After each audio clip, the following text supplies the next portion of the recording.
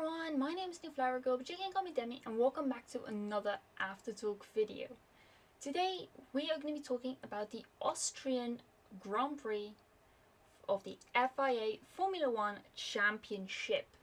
So, this weekend was a sprint race, sprint weekend, so that meant a lot of action and quite some confusion, I believe.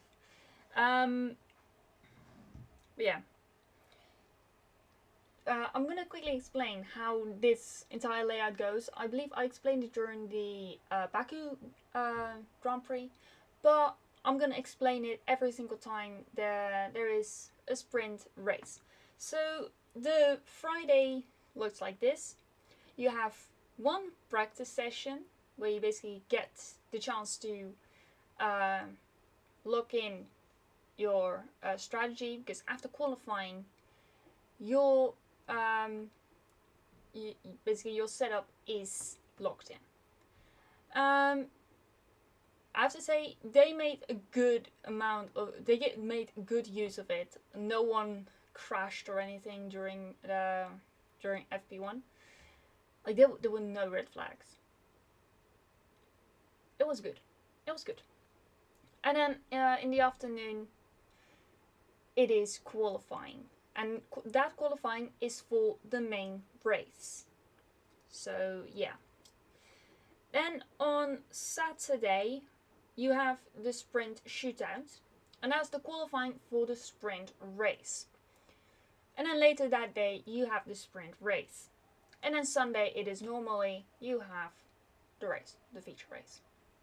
So let us begin with the sprint race. But first, we're going to go over some of the results from the qualifying. Main qualifying, it was. Main qualifying was alright. Sprint shootouts, I don't know what happened to Hamilton, but he got out in SQ1, which is basically Q1. Yeah. He basically he basically had to stop after Q1. He didn't have the time, or his lap time got deleted. Because there were more than 100, I believe. Like, only on Friday only, was like almost 50. Overall, over the entire weekend, I believe there are over 100 lap times deleted, just in Formula 1. I mean, there was also Formula 3 and Formula 2 and Porsche Super Cup. But yeah, I'm confused. Like, how many lap times do you want to have deleted? Yeah. Russell had hydraulics issues during the sprint shootout. The Haas's were doing great. During the main qualifying, there was really not anything all too weird. Was alright. Besides the fact that Perez didn't once again made it, but in the sprint shootout he got P2. So, but then for the sprint race, it was wet. Yeah. One driver started off on slick tires, but at the end of the formation lap, he went back to the pits. And let me tell you, that was Valtteri Bottas. He had the guts to do it. But then it was like, box, we're switching out for intermediates, and that basically effed up his race. He was last. So, yeah. And then one drive going into the race after like a couple of laps, when there was a dry line, one driver, I believe a Haas, had the guts to do it, to get to go to slicks, and it paid off. A lot of people did. Some of them didn't, but yeah, most of them did. During the race start, you would expect teammates to leave each other alone. turn 1 all the way up to turn 4, or past turn 4, Perez and Max were just fighting each other, with Max getting pushed onto the grass going into turn 2, which is like a small kink. And then Max also kind of blocking Perez from making the turn at turn 3, which is a very tight turn. But they did not touch. Okay, let me tell you that. They did not touch. So, yeah. There were no retirements here. Luckily. Only the top 8 get points. And the last one in the points was Russell. Norris was just a little bit shy. Coming out of the last corner on the last lap, Ocon and Russell had a drag race. Ocon won it by 0.009 seconds, which is like 9,000th of a second. That was insane. It's probably the only exciting thing about this race. Probably. Yeah, Lando just out of the points, considering he qualified P3 for the sprint shootout. The main reason why he is P9 was because he kind of got too focused on the tussle between Max and Perez, and he ended up going into anti-stall mode for a split second. So there he dropped from P3 all the way down to P10. Yay. He fought back though. He fought back really hard. Yeah. Leclerc had a shitty sprint qualifying as well. No, P6. It's better than It's worse than P2, to be honest. So yeah. Yeah. That's all I can say.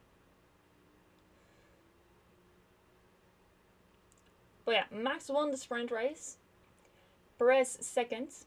And third, Carlos Sainz. So yeah. Now we're going to go to the main race, which I just saw who got the fastest pit stop, and I'm super happy about that. So yeah, there was only one retirement. That was Nico Hülkenberg. Yeah. Oh, I forgot one thing now I mentioned Nico Hülkenberg. During the sprint race, after Norris dropped back, Hülkenberg was P3. And then he overtook Perez. And we were all watching it.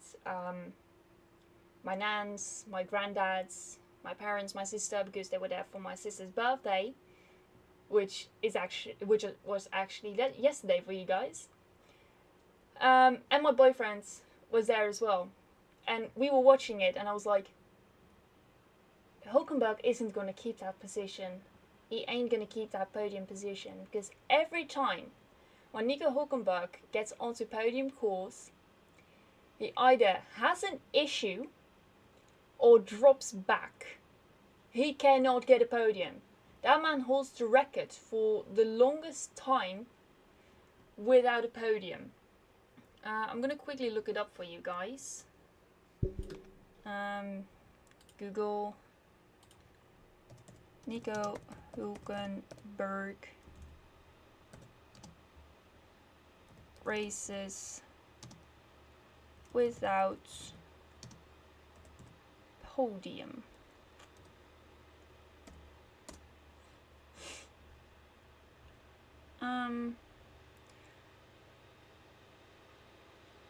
Hülkenberg currently holds the record for the most Formula 1 career starts without a podium finish, a record he broke when he failed to finish in his 100th as 29th race the 2017 Singapore Grand Prix. In doing so, he passed Adrian Sutil's previous record of 128. The current record stands at 190 Grand Prix. If he doesn't get, if he gets to 200 without a podium, I think they should get him a cake.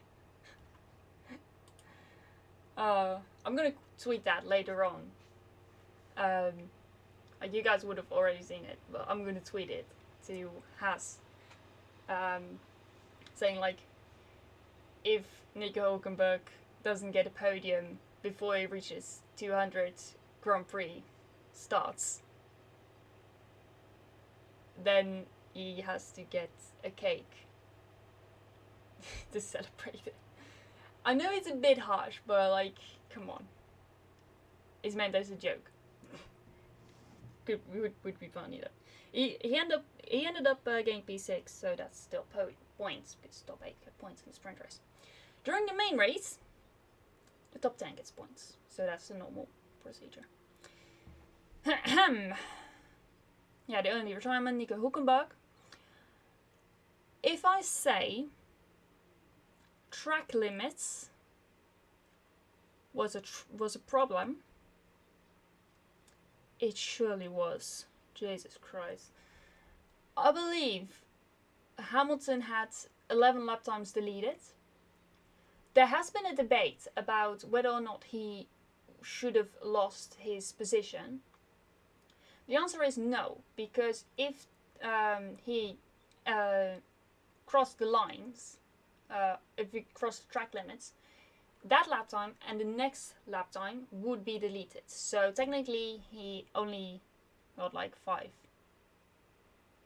So yeah, he didn't get enough to get like a DSQ.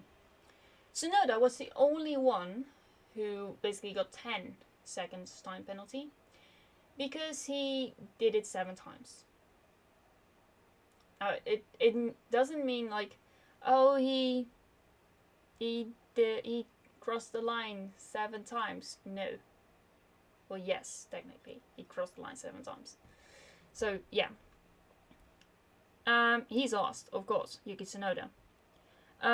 Magnus and De Vries, those two do not mix. Do not ever put them into one team together. Like, this is the second race in a row that they have, like, kind of tangled. De Vries ended up getting a penalty for pushing Magnussen off, but Magnussen got a penalty for, you guessed it, track limits. Maybe I should name all the drivers who didn't get a penalty for track limits. Verstappen, Leclerc, Perez, Norris, Alonso, Russell, Stroll, Joe, Bottas, Piastri, Hülkenberg. He actually, after his retirement of the race, he got the black and white flag. It really confuses me, but it's really funny. Like, how did they screw it up that bad? But yeah, Bottas did not get a penalty either. So all the drivers who I didn't name, Sainz, Hamilton, Gasly, Albon, Sargent, Ocon, De Vries, Magnussen and Tsunoda, they did get a penalty. And there were drivers who got penalties afterwards, like Sainz, Hamilton, Gasly, Albon, Sargent, Ocon and Tsunoda, and De Vries. But yeah, it was just so confusing. But yeah, I'll later on tell you guys what it originally was. So basically, I read the entire news article on the McLaren app. Formula 1 app, sorry. The winner was Max Verstappen, superbly. He got the fastest lap. and he is basically the kind of guy who forces his team to box even though it is a risk of him losing the P1 position. He did not lose that P1 position, and he did go that fastest lap. Like, other drivers have said, like, Max is the kind of guy who just goes for it. He wants it all. Anyway, those are the commentators of Viaplay who said that. Max does not stop at 25 points. He wants that one extra point. Second was Leclerc. Superbly. Beautiful. And Perez from P15 on the grid. Nicely done. Norris P4. He actually was P5 on the track because he was behind Sainz, but Sainz got a penalty. So the fastest lap was a 1 minute 7.012. Fastest pit stop was McLaren with a 1.10. Nice. And driver of the day, Lando Norris. He got all cute on the board radio after he heard that he was driver of the day. It was like, oh, I saw all the Papaya fans who voted for me. That's cute. Yeah. Yeah, that was cute, I'd say. Now let's go to the news bit. I believe it was in here.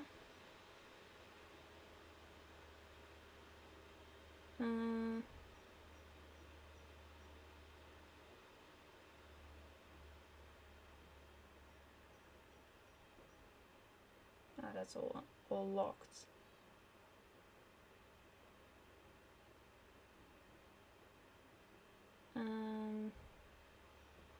Technical parts are unlocked. All news. Oh, yeah. That's the article I had. So I'm gonna read the entire article to you guys. We've got the time. Austrian Grand Prix results confirmed as Sainz and Hamilton among drivers demoted. The FIA has released the final classification of results for the Austrian Grand Prix after a string of retrospective penalties for track limits infringements were handed down. Carlos Sainz and Lewis Hamilton are two of the drivers to be demoted in the new standings, with Lando Norris elevated to 4th place, while Fernando Alonso and George Russell also rise up in the results.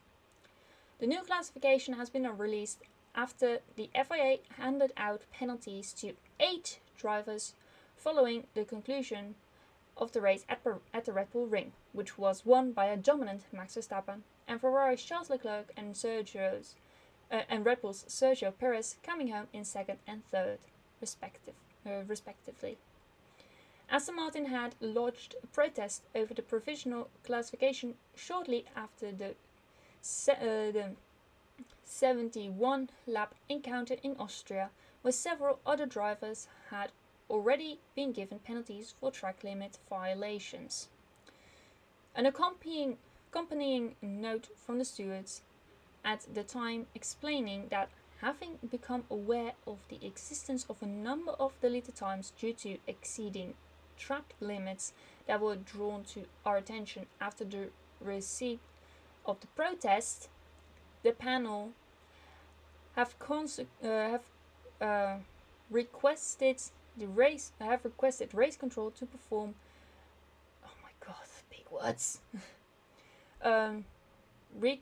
Reconciliation of all deleted lap times with penalties applied.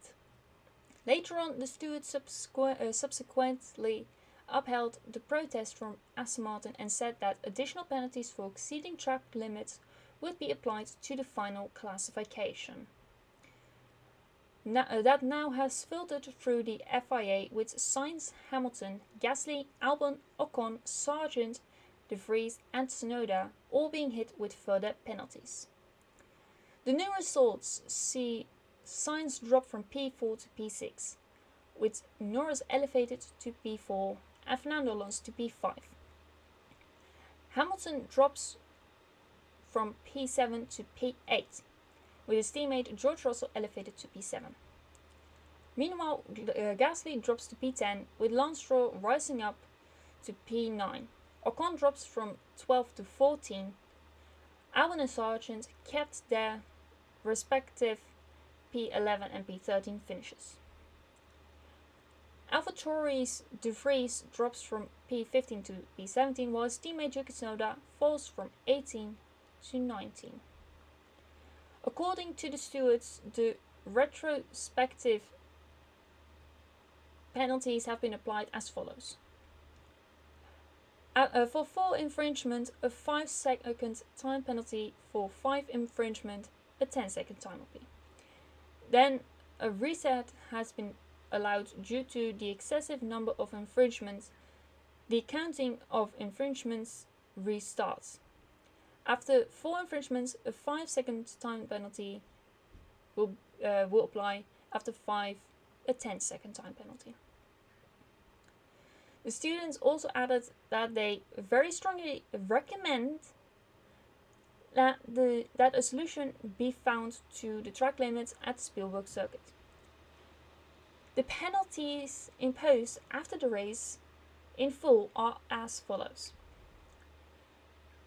Sainz got 10 seconds, Hamilton 10 seconds, Gasly 10 seconds, Albon 10 seconds, Ocon 5 seconds, and then 10, then another 5, and then another 10, which basically is 30 seconds in total for Ocon.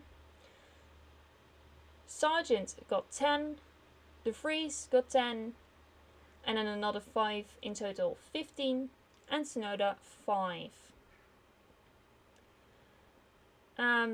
The Austrian Grand Prix results are now as follows. Max Verstappen, Charles Leclerc, Sergio Perez, Lando Norris, Fernando Alonso, Carlos Sainz, George Russell, Lewis Hamilton, Lance Stroll, Pierre Gasly, Alex Albon, Zhou Guanyu, Logan Sargent, Esteban Ocon, Valtteri Bottas, Oscar Piastri, Nick De Vries, Kevin Magnussen, Yuki Tsunoda, DNF, Nico Hulkenberg. There we go. If you guys want to stay up to date to all of the news, then I definitely recommend downloading the Formula 1 app. And also, if you want to stay up to date to McLaren and follow whatever they're doing during a session, I recommend downloading the McLaren app because during sessions you can basically follow what was happening, and it is very useful. To me, it doesn't cost any data. I like that. Or just takes tiny amounts for just an hour of fun. Possibly more. But during work I basically had the app open while I was taking a break. So yeah. I had fun during work, knowing that Max would be on pole for the sprint race. Yeah, and Lando P3, which was also fun. It wasn't fun hearing about Hamilton not going to Q2. That wasn't fun. But anyway, guys, next week, Silverstone, which is basically the second to last race before the summer stop. Before I end today's video, I do want to have a bit of mention to the family and loved ones of Delano van 't Hoff. Delano passed away last Saturday during a Formula 4 race at Spa-Francorchamps. The conditions were very wet. There was a lot of spray, and he lost his life. It's not a fun thing but it reached the world. It reached the notice of the Formula One drivers, and Alpine, during the main race, they had Racing for Delano on their car and on their helmets, because Formula 4 is kind of their department-ish. And a good friend of Delano, Richard Verschoor, he won the Formula 2 race and dedicated that victory to him, which I thought was very beautiful. But yeah, in the comments down below, please leave a nice message